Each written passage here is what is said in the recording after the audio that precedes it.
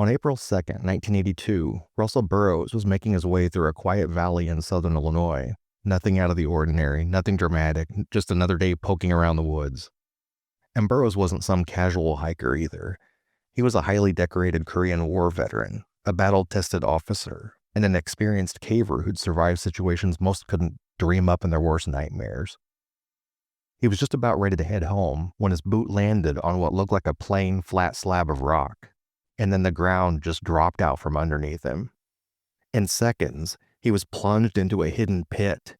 He instinctively knew that this was no natural hole and felt like a trap, a man-made void designed to take someone down and seal itself tight. Any other person might have been crushed, but Burrows reacted on pure combat-honed instinct, twisting in just enough to keep the stone lid from locking completely shut. That split-second move, he says, saved his life. When he climbed back up, shaken and covered in dust, he noticed something strange.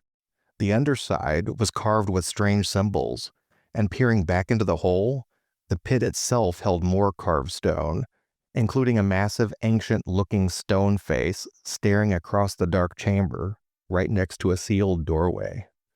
What Russell Burrows claims he stumbled onto that day wasn't just a pit in the woods. It was, he believed, the entryway into something far bigger, something that could rewrite the entire history of North America. I see two horribly hideous-looking little dog-like creatures in this house. It was a disembodied voice. It was like a little child trying to scare us. I don't know what this was. I've heard everything you can think of. This was nothing I'm ever accustomed to, ever. It was terrifying because it was like, there were so many people to where it was like, are we all seeing this? So everybody is scared. The kids are crying. The women don't, June's about to lose it. And what are they to do? These things will not die. Welcome to another episode of River City Mystery, where we talk about the mysteries of southern Indiana, southern Illinois, and western Kentucky. I'm your host, Matt Dyke. Before we get started with the Burrows Cave mystery, I want to invite you to join the River City Mystery Discord server at rivercitymystery.com/discord. We've got a couple hundred people in there now, a lot of them from the tri-state area. We talk about all kinds of topics ranging from true crime, local true crime, national true crime, paranormal stuff from all over. We've talked about cults. There's conversations going on about lots of stuff. So if you're into that sort of thing, which you probably are if you're listening, check us out, rivercitymystery.com/discord. Before I get started, I want to give you an update on a case I've been working for a while now. Those of you who've been with me a while remember I have been looking into the Zachary Carey disappearance. In 2024, I interviewed Zachary's mother, Gina, and his sister, Cecilia, and did another episode where I talked to his best friend, Chris. Basically, Zachary disappeared in May of 2023, hasn't been heard from since. Unfortunately, the update isn't what we were hoping for. Zachary's remains were found near Linville, Indiana, and it does not appear as though this was a foul play situation. My thoughts and prayers do go out to the family. I know this has been a horrible couple of years for them all, so if you would like to contribute to Zachary's final expenses, the family has set up a GoFundMe account, and I will leave a link to that down in the show notes, so go down and check that out and help out if you can. Before we get into the Burrows Cave mystery itself, I think it's important that we dig into a little bit about who Russell Burrows is as a person, a little bit of his history, because I think it will affect the credibility of his claims, because most of the scientific world has written off what he has said and claimed as being a hoax. So I do think it's important to look at his past and compare that to, at least have that in the back of your head when you're listening to what he claims happened in 1982. So here's a little bit about his past. Russell was born in Richwood, West Virginia in 1935. He enlisted in the Army right after high school, and by the time he was 18, in the middle of the Korean War, he had received a battlefield commission. This wasn't a gift, it was earned. He had a staggering service, actually. He was awarded 2 Silver Stars, a Bronze Star, a Legion of Merit, and 2 Purple Hearts. After the war, he attended West Virginia University. His major was actually archaeology. He never became a professional archaeologist, but he definitely had an interest in archaeology. He continued on with his military career. He went to ranger training, served in Africa, and by 1961 was posted in Saigon. When he finally resigned his commission in 1963, he did so as a full colonel. He then transitioned into civilian life, working in transportation and later corrections, and basically living a normal life after that. And then in 1982 is when he discovered the cave. He's now in his late 80s, I believe, and he's still living. He was actually interviewed by Brian Nettles a couple years ago. He says in his interview that he had had a stroke a few years before that, so he's not doing that great health-wise. He has problems communicating. And I reached out to Brian Nettles to see if I could borrow some of that interview for this episode, and he did give me permission to do that. So I am going to play a little bit of that interview that he did with Russell Burrows so that you can hear Russell talk about these issues himself. So I will be playing that here later in the episode. I do think it's important to say that Russell has never, not once, backed down from the story of what he found that day. Whether or not you believe this story, it's important to know that he believes that it happened. And maybe he was tricked into it, but he definitely has believed that this is all real. And he hasn't ever wavered or come out and said, yeah, it was a hoax. I mean, so he's in his late 80s now and he's not backing down. So I think that's important to bring up as well. So what exactly did Burrows claim to have found near Olney, Illinois back in 1982? And this is an aside, but if you've not been to Olney, Illinois, they are known for their rare population of eastern gray squirrels that are all albinos. So a bunch of white eastern gray squirrels live in Olney, Illinois. And I don't know what the history of that is, but they do live there. So go check that out if you're ever in that area. But apparently, in addition to the albino squirrels, they also have pits full of archaeological gold mines. So let's get back to that. After he fell into the pit, he says he managed to find his way to a vast man-made chamber. And in that chamber, he says he found elaborate stone coffins, swords, and other ornaments made of gold, bronze, and copper, and thousands of intricately carved stone tablets. Burrows has maintained that this site was evidence of Old World culture, specifically Mediterranean and Middle Eastern peoples who had made it deep into the North American interior, centuries or even thousands of years ago, before Christopher Columbus. And so for him, this wasn't just a cave. In his mind, it was a secret history of the world. So he partnered with researcher Fred Reedholm, and they wrote a book together. And that's kind of how all the story ended up getting out there because of this book. It's called The Mystery Cave of Many Faces.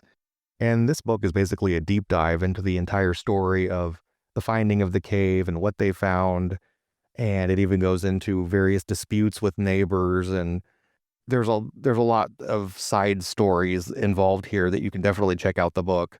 To find it online, I noticed it was like $100 plus a lot of places. It's not in print anymore, so you have to buy it used. Apparently, it's fairly rare.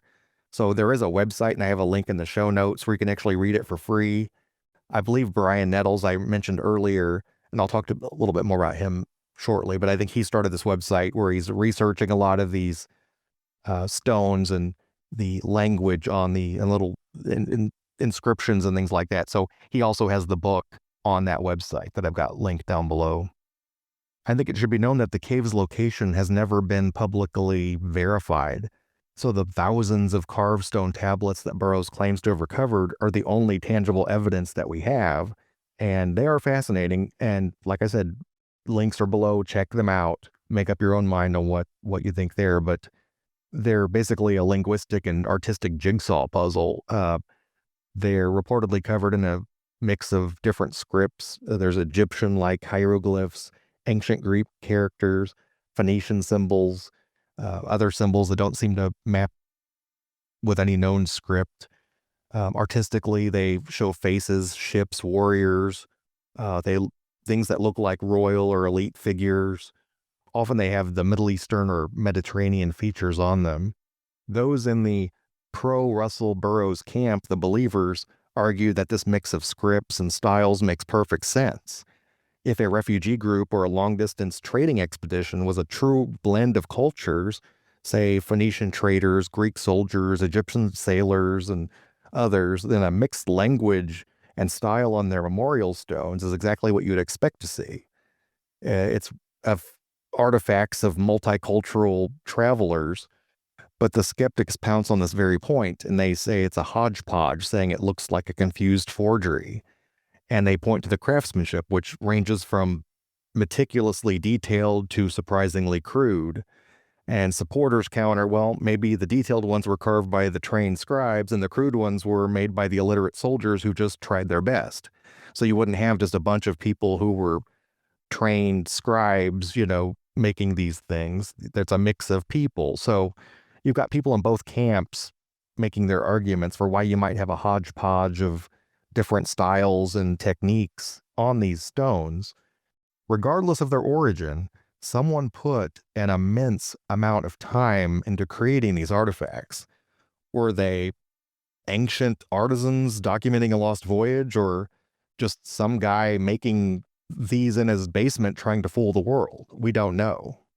What we do know is that Burrows never publicly revealed the cave's exact location in a way that allowed independent experts like actual mainstream archaeologists to document it, study it, verify its existence.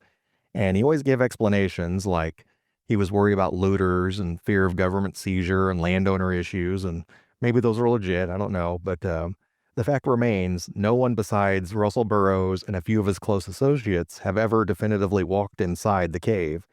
And that's kind of a no-go for mainstream archaeology. Like, they have to be able to visit the location to verify the context in which these objects were found. If they can't physically go there and see the environment, then they can't really verify that they're legitimate. So to be fair, the mainstream science can't confirm that these are legitimate objects if they can't see the context in which they were found.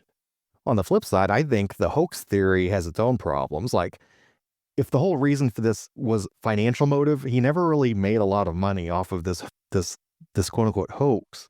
He did write a book and he sold some of the artifacts, but there was no huge payoff. He never made millions on the black market selling these artifacts. And he's stuck to the same story for the 40 years. He's not wavered much at all as far as on the details. In the interview you're going to hear shortly, he does mention he had a stroke in the past few years, so his memory is kind of shot now, but the previous 40 years, he's stuck to the main story.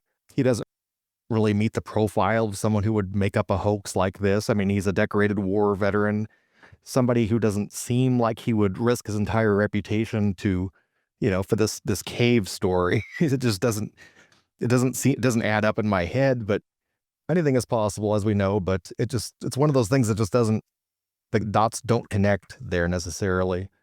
And the actual artifacts themselves, some of them actually have aging and patina that some experts say that it's difficult to replicate those the way they are. So some people say that those artifacts are legitimate in some way, whether or not they were found in that cave, I don't know. But so there's a lot of these things that make it the hoax theory questionable as well.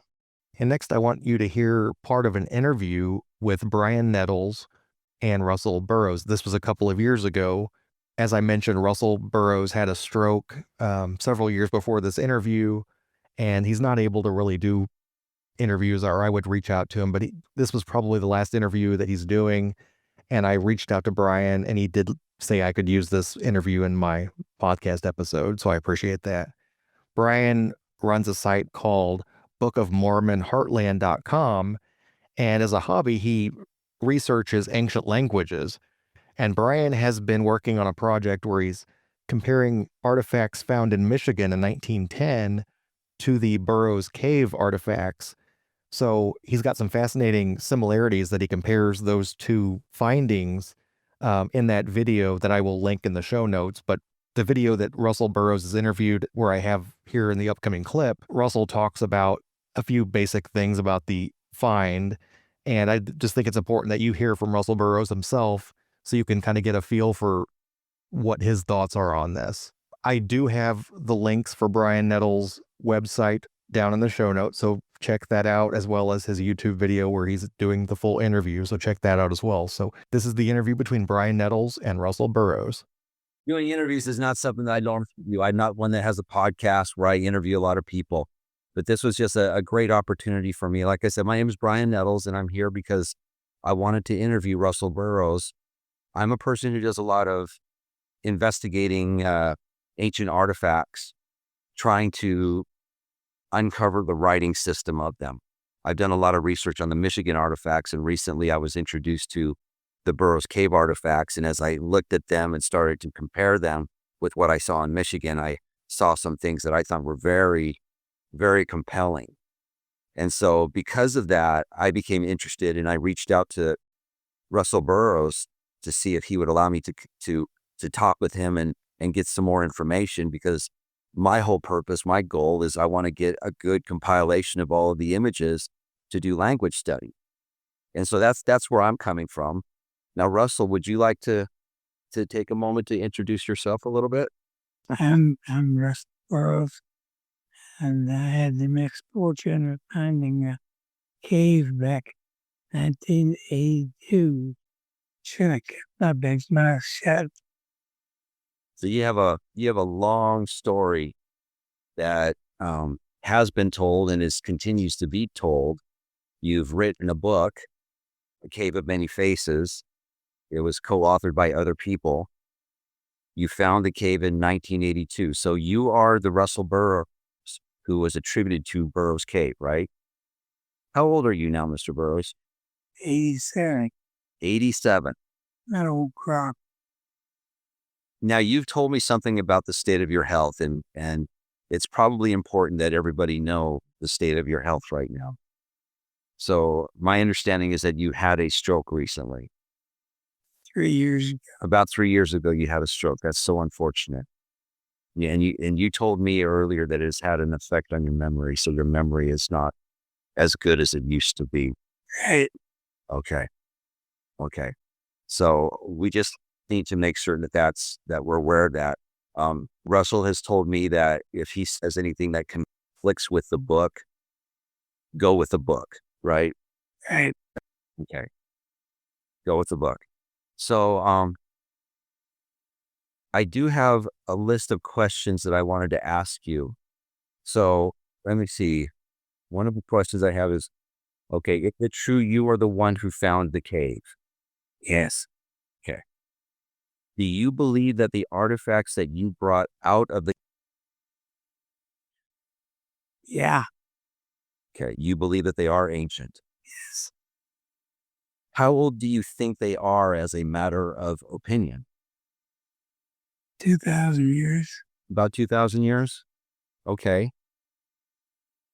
Did you ever manufacture any of the artifacts which you claim came from the cave? No. Do you consider yourself an honest person? Absolutely.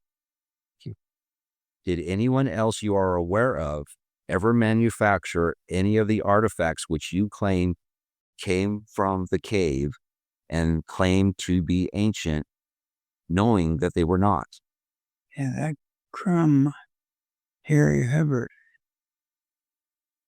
he tried. Okay. Well, but as far as artifacts that you claim came from the cave, your belief is that all of them are ancient and they were not made by you and they were not made by anyone you know. Right.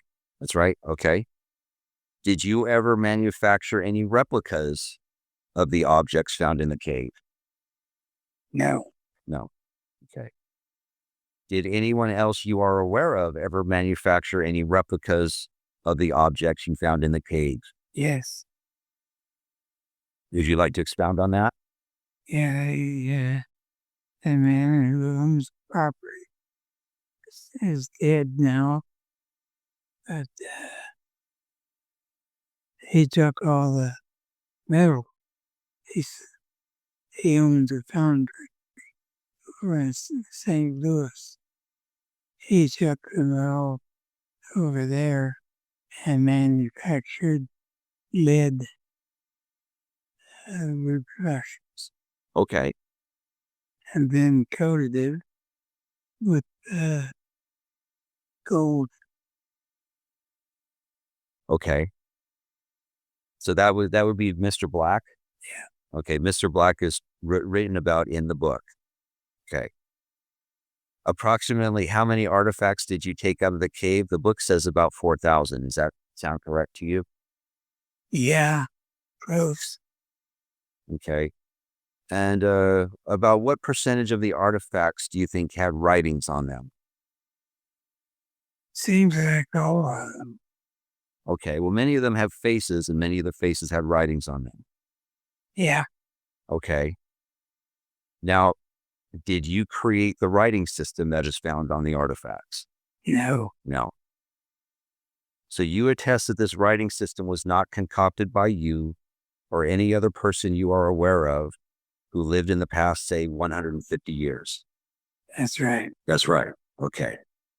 Brian goes on to go over the slideshow where he compares photos of artifacts that were in the Michigan find along with the artifacts in the Burrows Cave find, and he compares the styles of both. So it's a pretty interesting video, but obviously doesn't play very well on an audio podcast, so you're welcome to check that out.